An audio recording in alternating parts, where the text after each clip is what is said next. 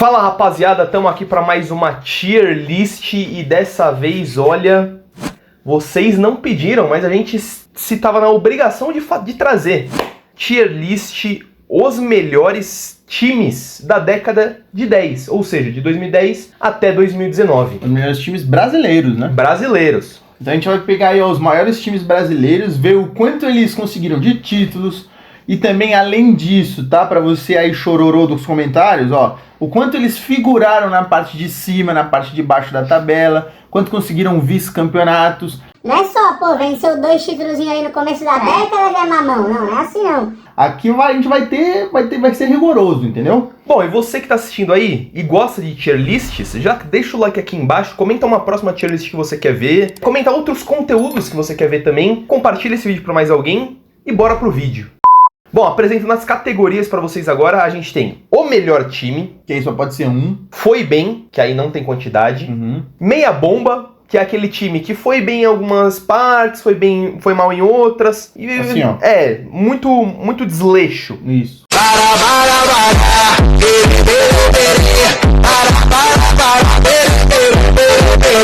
A categoria foi mal, que é aqueles times que não figuraram nem em cima nem embaixo, não ganharam com muita coisa, foram irrelevantes. Não teve aquele Isso. creme, né? E as decepções, que aí a gente colocou mínimo 3. Isso, colocamos aí um limite de 3 nas decepções também pra não esculachar, né? É. Bom, então vamos começar por ele, Atlético Paranaense. Que a gente ficou na dúvida se trazia ou não, mas como ele teve título relevante na década, a gente resolveu trazer. E sem mais delongas, colocamos ele em foi mal. Não foi mal só pra gente pontuar. Por quê? No contexto dele, ele foi bem, mas se a gente olhar no geral dos outros times que estão aqui, não tem como colocar ele mais na frente. E outra, ganhou 2 títulos, mas também começou a figurar em cima e não conseguiu manter, né? Conseguiu ganhar outros títulos, né?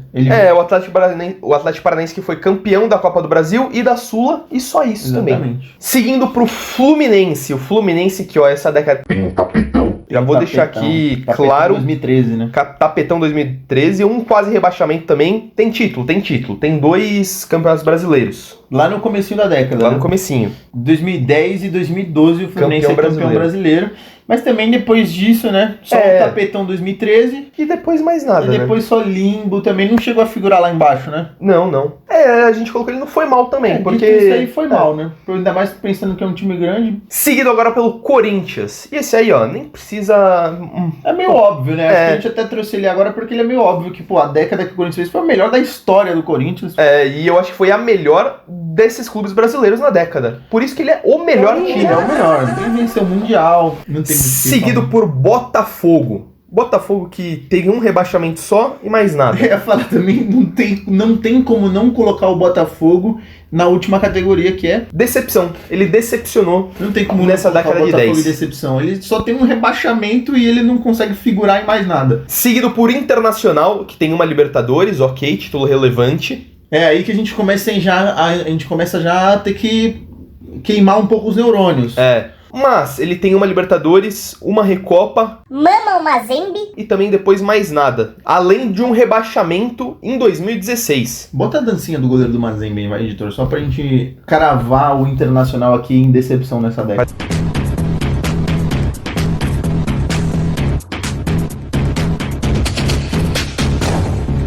Agora a gente vai com o Vasco da Gama, que ó...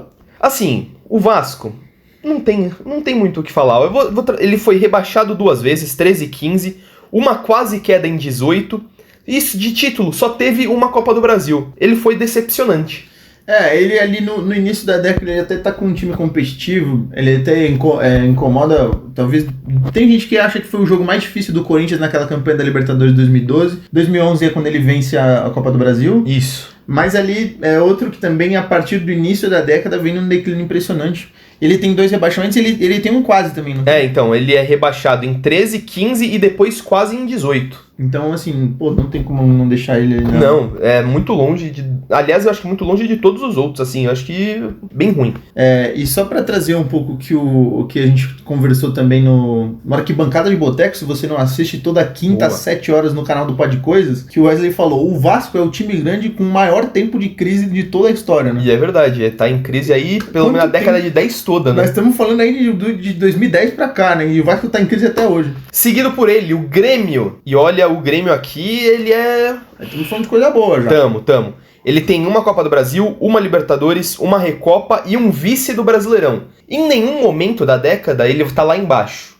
Nessa década a gente nunca viu ele figurando ali na parte de baixo, ou nunca viu ele decepcionando de alguma maneira. E ele ganha, e assim, a Libertadores que ele ganha eu acho que é onde a Libertadores é aquela coisa que todos os times das Américas estão brigando. Não é igual depois agora na década de 20, que ela perdeu um pouco peso, vai. Perdeu.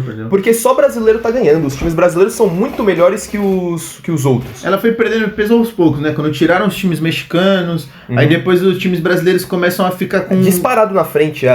Dinheiro muito acima dos outros, então aí começa a perder um pouco. Dito isso, a gente colocou o Grêmio e foi bem. Foi bem. Agora a gente tem ele, tá? Esse aqui pode causar um pouco de polêmica. Atlético Mineiro. Eu acho que foi o que a gente mais ficou na dúvida, né? A gente mais ficou na dúvida para aonde colocar o Atlético Mineiro nessa tier list. Porque ele tem altos e baixos, essa aqui é a real. Fala aí pra galera, ele é campeão da Libertadores 2013, né? Isso, ele tem 2 vices brasileiros, uma Copa do Brasil em cima do rival Cruzeiro, que pesou muito, a Libertadores, a Recopa e mamou o Raja no Mundial. Mamou o Raja e o Ronaldinho e tudo. E ele também foi quase rebaixado em 11. De resto, ele não performou nem muito em cima, nem muito embaixo. Ele foi um time ok. Ele conseguiu ser campeão da Libertadores e depois nada... E depois não conseguiu voltar a figurar, tanto é que tinha um meme, né, do Atlético. Que ele não é vice, bi, né? Nunca foi vice não é bi. A gente colocou ele no meia bomba. Conseguiu um título importante, mas... Eu acho que é justo. Comenta aí embaixo o que vocês estão achando. Vocês acham que tá justo até agora? O auge do Atlético vem depois, né? Vem depois. Vem agora? Porque se esse for o auge do Atlético, uma merda também, né? Não, mas aqui ele tá figurando sempre em cima, né? Só o ano passado. Apesar de sempre, tipo assim, sempre mamar, né? Sempre mamar, mas não tá em cima. Ele ganhou, mas ele já ganhou um brasileiro e uma Copa do Brasil.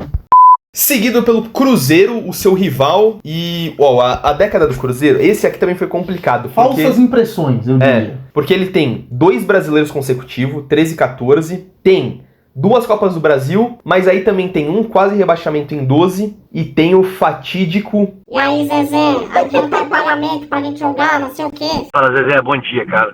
Que é em 2016. 19 é o vexame. É o rebaixamento? 2019 o vexame do Aí Zezé. Então o que a gente percebe do Cruzeiro?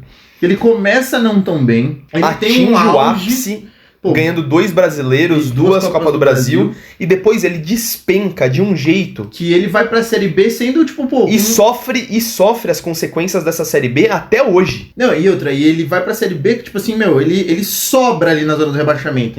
Tipo, ele tá longe de lutar pra escapar. É vexame, 36 pontos. Por isso a gente colocou ele junto com o Atlético, em meia bomba. Colocamos ele em meia bomba. E aí a gente ficou também um pouco na dúvida no seguinte sentido. Você, torcedor, qual é o sentimento de você? Tanto do torcedor rival, quanto do torcedor a favor. Qual é o sentimento de vocês? Porque a gente tá tentando analisar de uma forma, tipo, de campanhas mesmo, né?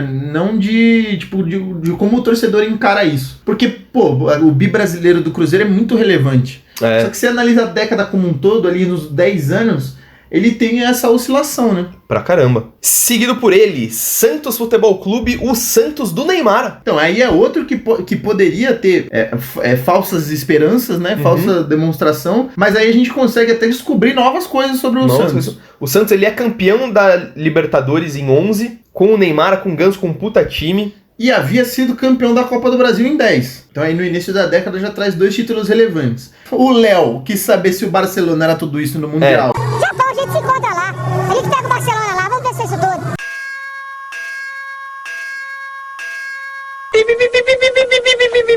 Tomou taca do Barcelona, mas se bem que era o melhor Barcelona talvez de todos os tempos, né? Exatamente. Ele tem 2 vices brasileiros, um em 2016 e um em 2019. Ele tem uma vice-Copa do Brasil em 15 e a Recopa também, que a gente tava esquecendo, em 2012. e não briga nas partes de baixo em nenhum momento. Muito por conta disso, a gente coloca ele não foi bem. Não foi bem. De modo geral, eu acho que o que mais pesa na hora que a gente vai fazer essa balança é dele ter conseguido esses momentos relevantes e nunca ter figurado na parte de baixo. Não é um time que subiu, desceu, subiu... Não, ele tava lá em cima, teve uns momentinhos de queda, mas logo voltou pra cima de novo. Não chega a brigar pra não cair, nem nada do tipo. Agora a gente tem o São Paulo. E olha...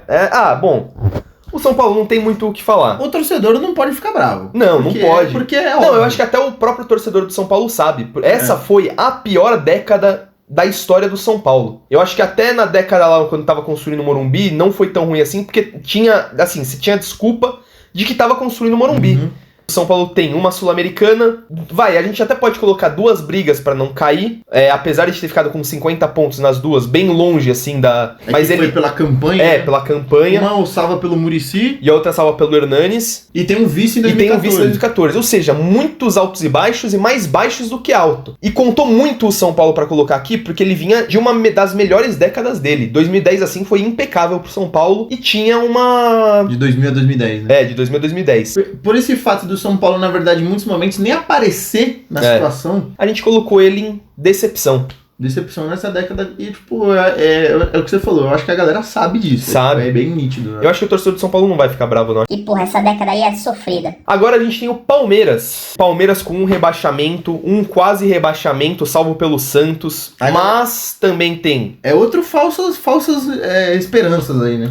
Tem 2 Copa do Brasil e 2 brasileiros. Porque a gente fala, essa daí, talvez, o início da década tenha sido pior pro torcedor palmeirense. Foi mais sofrido, teve porque a queda. Ele cai quando o time rival dele tá no auge. Ele quase cai de novo, salvo pelo Santos. E ele começa a sofrer. Só que aí a gente tem ele caindo em 2012, sendo campeão da Copa do Brasil, que o Marcos Assunção carregou nas costas. Depois, ao decorrer da década, o Palmeiras vem lá do fundo do poço e começa a subir. E aí ele consegue uma Copa do Brasil, mais uma Copa do Brasil. Um brasileiro. 2 brasileiros. E aí, tipo assim, ele termina a década já ali... Engatando uma quinta marcha. Engatando uma quinta marcha para essa década de 20. Por conta disso, a gente colocou ele em meia bomba. Porque já é dito a temporada dele. Ele começa lá embaixo no fundo do poço e vai ele subindo. Consegue subir. É como se ele estivesse escalando ali na montanha. Então aí essa oscilação... E agora, pra fechar essa tier list, a gente tem ele. Mengão. Flamengo. Cara, é outra situação... Porra, é foda fazer essas escolhas. Então, o Flamengo, eu acho que, assim, ele não teve uma queda tão brusca igual o Palmeiras. De estar de brigar pra não cair várias vezes, mas ele tem uma ascensão também, né, nessa década, pra engatar o que é hoje. Mas eu ainda acho que... Porque aí a galera vai entender onde é que a gente colocou ele. Ele não chega tão no fundo quanto o Palmeiras, mas ele também... Ele chega no topo em 2019... Pra engatar de vez agora em 2020. A próxima década. Né? Então, no último ano da década é onde ele chega no topo.